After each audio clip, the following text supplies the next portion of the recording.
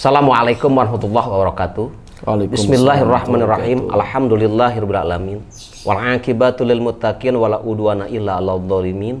Asyhadu an la ilaha illallah wahdahu la syarikalah wa asyhadu anna Muhammadan abduhu wa rasuluhu alladzi la nabiyya ba'dah. Pemirsa TV DMI Cianjur, alhamdulillah kita bisa bertemu kembali pada hari kelima di bulan Ramadan ini dengan program TV DMI Cianjur, yaitu Ngabuburit bersama TV Cianjur. Dan alhamdulillah di studio kami telah hadir seorang narasumber Ustadz Dahlan Jalani Rasyid SAG MSI. Ya. Selamat sore. Beliau penyuluh agama Islam Kemenag Kabupaten Cianjur dan juga beliau pengurus Dewan Masjid Indonesia Kabupaten Cianjur. Adapun tema yang akan dikupas tuntas bersama Ustadz Dahlan hari inilah tentang perjalanan spiritual melalui masjid. Nah, ini pemirsa cukup menarik ya, karena spiritual begitu kan kita dekat dengan orang-orang yang luar biasa di masyarakat kita, itu sering ada spiritual. Ustadz, berkenaan dengan perjalanan spiritual di masjid, apa yang Ustadz pahami tentang tema ini, Ustadz? Ya, baik. Terima kasih moderator, pemirsa DMI TV Kabupaten Cianjur yang berbahagia. Di sore ini menjelang berbuka, kita sedikit mengupas tentang bagaimana perjalanan spiritual melalui masjid ini. Tentu kita, pemirsa, ya, memahami tentang bagaimana masjid yang sesungguhnya, di mana Rasulullah SAW membangun peradaban itu dari masjid. Dari masjid, ya. Dan tentunya, Ustadz, yang namanya perjalanan kalau diawali dari masjid, ini menjadikan satu keberkahan dalam hidup ini. Ya. Saya terinspirasi baik di ayat berkaitan dengan peristiwa Isra wal Mi'raj, di sana disebut minal masjid ilal masjid. Dan bagaimana juga Al-Quran mengatur dengan ciri-ciri atau indikator orang-orang yang memurkan masjid. Nah, perjalanan spiritual ini tentunya hanya bisa dialami oleh orang-orang yang benar-benar memahami tentang bagaimana memamurkan masjid sesuai dengan keinginan Allah. Betul. Ini diantaranya termaktub di dalam surat ke-9 ya, Ustaz. Kalau tidak salah surat At-Taubah ayat 18 ya. Yang bunyi ayatnya, A'udzubillahi minasyaitonirrajim. Silahkan pemirsa juga dibuka di rumah.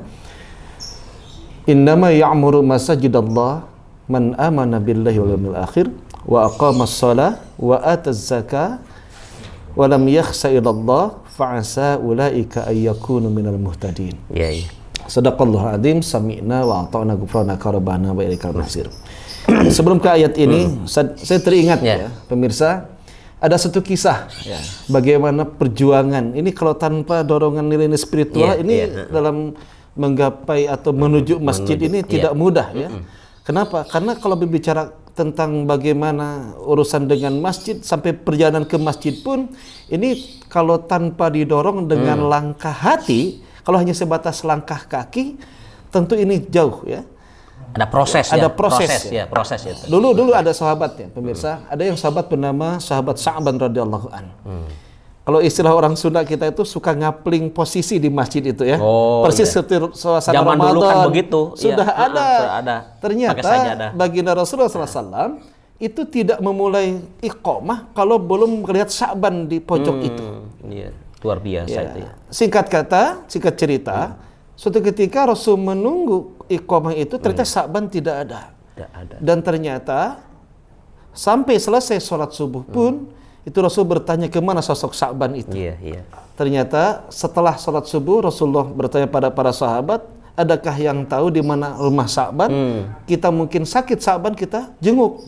Ternyata selesai sholat subuh Rasul dengan para sahabat menuju rumah Sa'ban. Ini perjalanan sampai datang waktu duha. Jauh juga. Jauh. Kalau kita hitung sekarang dengan waktu berjalan kaki saat itu sampai dengan rumah Sa'ban kurang lebih 12 km. Waduh, luar biasa sekali. Pantas Sa'ban itu datang sebelum waktu adzan. Dia beristirahat karena perjalanan begitu jauhnya. Kalau kita langsung tidur. Langsung tidur begitu ya pemirsa. Ternyata datang ke rumah Sa'ban itu kaget karena mendapati kabar kata istrinya Sya'ban itu tidak ke masjid karena meninggal dunia di malam hari. Jadi inilah ya, bagaimana gambaran kalau tanpa perjalanan spiritual menuju masjid itu hanya sebatas langkah kaki, tidak langkah hati. Kita lihat realitas, Ustaz ya.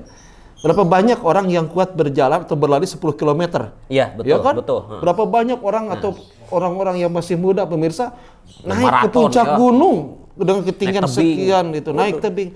Tapi orang yang 3 meter ke masjid jarang yang kuat. Tidak kuat. Maka ini berarti apa yang salahnya tuh? Ada kakinya atau hatinya? Hati. Benar, dorongan spiritual ini.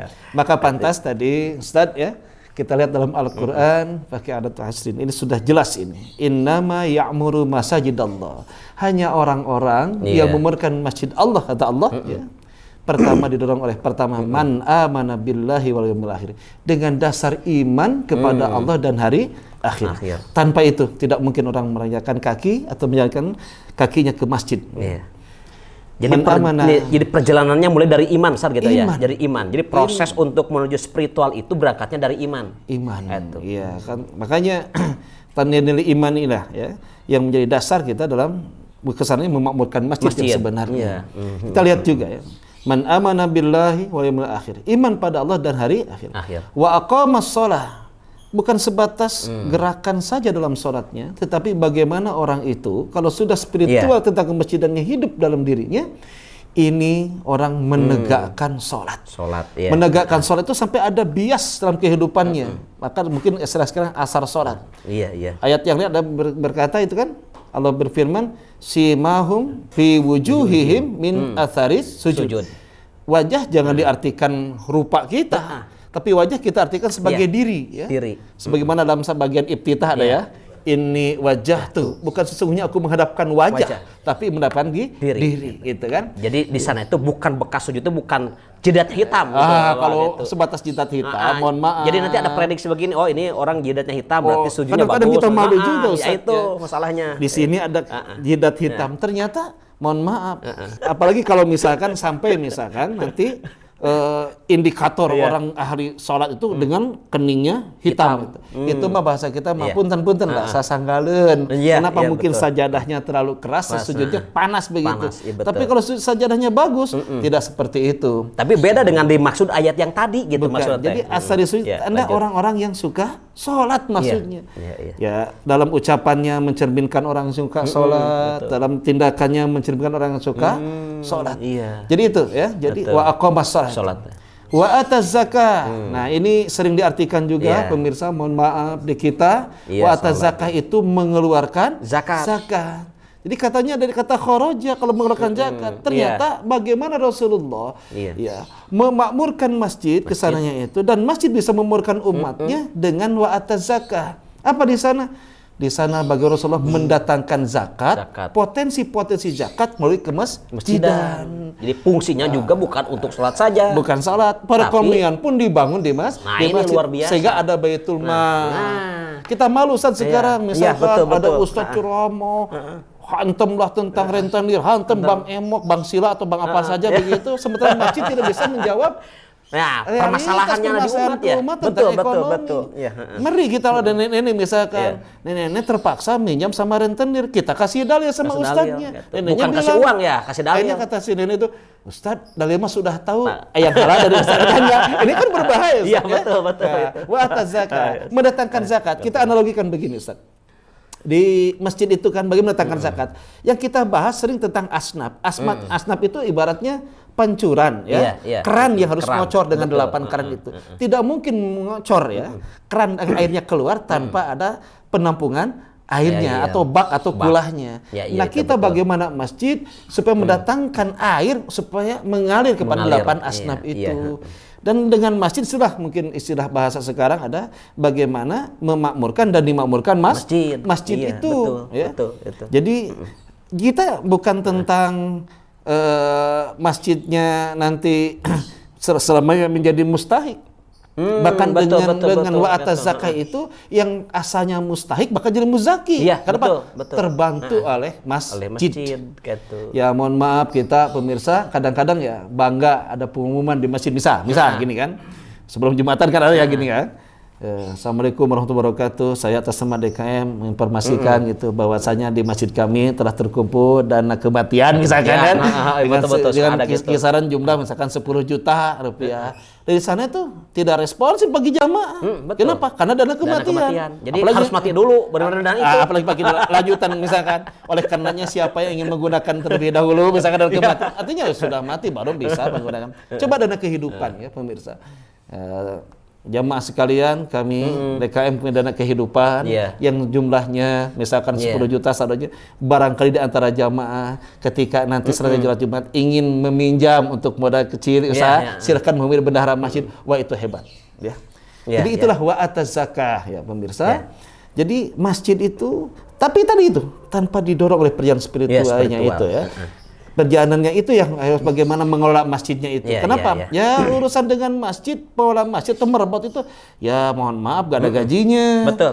Iya kan? Bukan peraturan gaji pegawai negeri seperti bukan, tapi peraturan gaji pegawai Allah, PGPA istilahnya. Sekali lagi, jadi tadi apa? Wa ataz zakah. Yang selanjutnya adalah walam yakhsha illallah. Jadi tidak ada yang ditakuti oleh orang yang memegang masjid karena perjalanan spiritualnya sudah bagus kecuali Allah. Miris gitu kan kalau mengaku misalkan memakmurkan masjid, siang masjid, tapi masih takut kepada selain Allah. Apalagi takut merasa masuk makhluk astral gitu kan, seperti orang tua kita cerita dulu kan masjid dengan jin.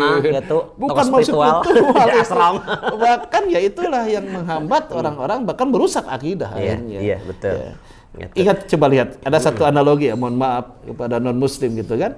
Kita lihat di pihara. Ada orang khusus memakmurkan piharanya, sebut dengan Saulin. Siap dengan segalanya. Nah, kita mungkin merebut sebut dengan Solihin. Nah, gitu kan. Beda sedikit ya, Solihin. Iya, bagaimana mereka yang tidak takut kepada selain Allah. Jadi ini perjalanan spiritual seseorang itu harus berangkat dari iman. Tapi pada prosesnya ketika orang mau berangkat ke masjid, tadi orang yang berjalan jauh berani berjalan, yang lari berani jalan. Tapi yang 2 meter ke masjid tidak berani atau tidak mau datang ke masjid. Apakah dia tidak beriman atau kurang imannya? Ya, kalau bicara beriman atau tidak, ya, iman itu makanya tidak cukup dengan percaya. Harus sebatas tasdiqun bil qalbi. Maka Sayyidina Ali kan begitu. Iman itu indikator harus 3 dilaksanakan. Tasdiqun bil qalbi, wa ikrun bil lisan, wa amlun bil arkan. Betul. Kalau hanya sebatas membenarkan ini perintah ke masjid itu wajib, ya bisa saja, anak kecil juga sama, bisa kan? Tetapi kalau berbicara pembuktian, inilah harus didorong dengan langkah hati, ya, di mana ada unsur-unsur kesinambungan begitu ya.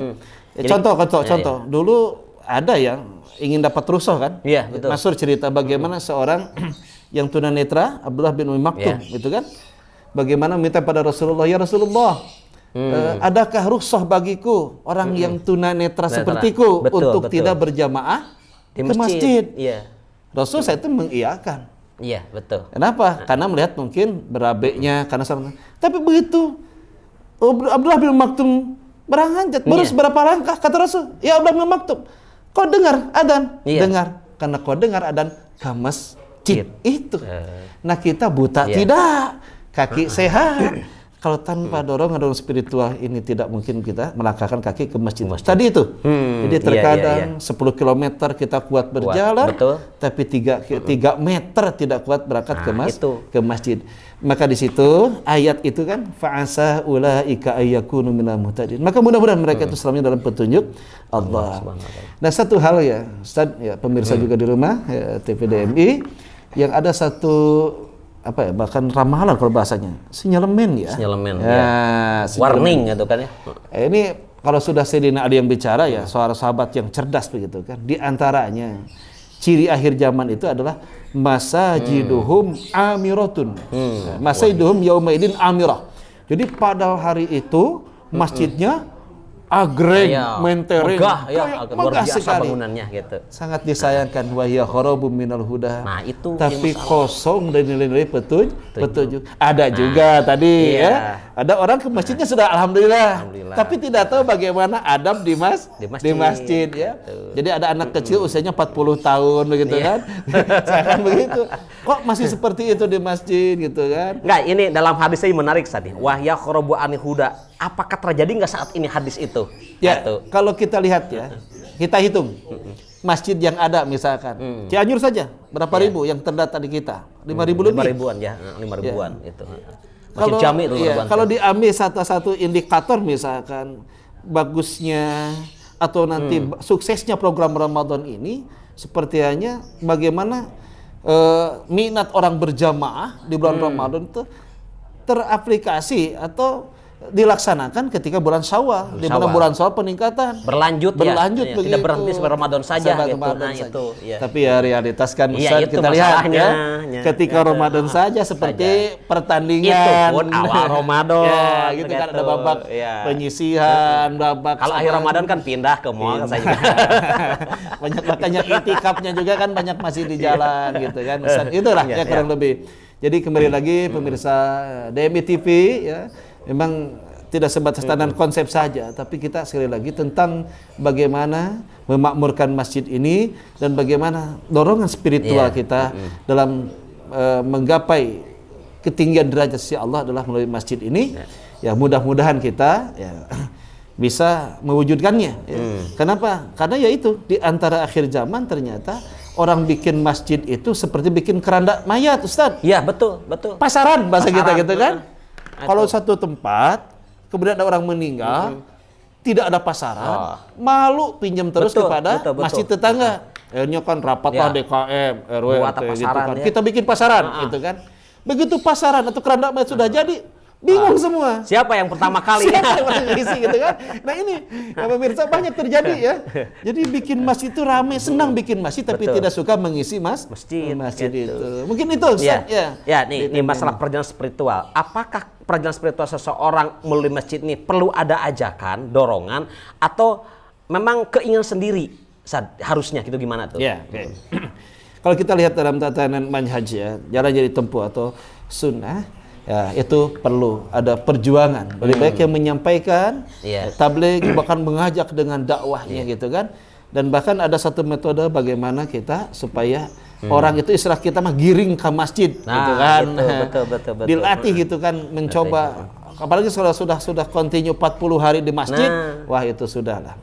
Kita lihat bagaimana suasana sekarang, ada orang-orang ya istilah kita menjadi orang yang tobat itu ternyata butuh perjalanan juga. Bukan sebatas ajakan, tapi kita juga ada satu dakwah Ustaz yang lupa. Bukan sahabat bil lisan, bil akan, tapi ada dakwah bidu'a. Kita mendoakan ya saudara-saudara kita yang belum mau memakmurkan masjid. Mungkin itu. Mudah-mudahan. Baik. Terima kasih, ini cukup menarik Ustaz. Nah, tentang tema ini itu spirit menjauhi masjid ini sangat luar biasa, karena bagaimanapun masjid adalah rumah Allah yang perlu kita isi dan makmurkan gitu. Baik pemirsa, demikian bincang-bincang kami dengan Ustaz Dahlan Jailani Rasyid gitu dalam kesempatan ini. Mudah-mudahan apa yang disampaikan oleh beliau ada manfaatnya untuk kita semuanya, dan perlu diingat bahwa masjid adalah Baitullah, maka mari kita sama-sama dan bersama-sama untuk memakmurkan masjid dan dimamurkan masjid. Rabbana atina fid dunya hasanah wa fil akhirati hasanah wa qina adzabannar. Wassalamualaikum warahmatullahi wabarakatuh. Waalaikumsalam warahmatullahi wabarakatuh. Ya, terima kasih Ustaz.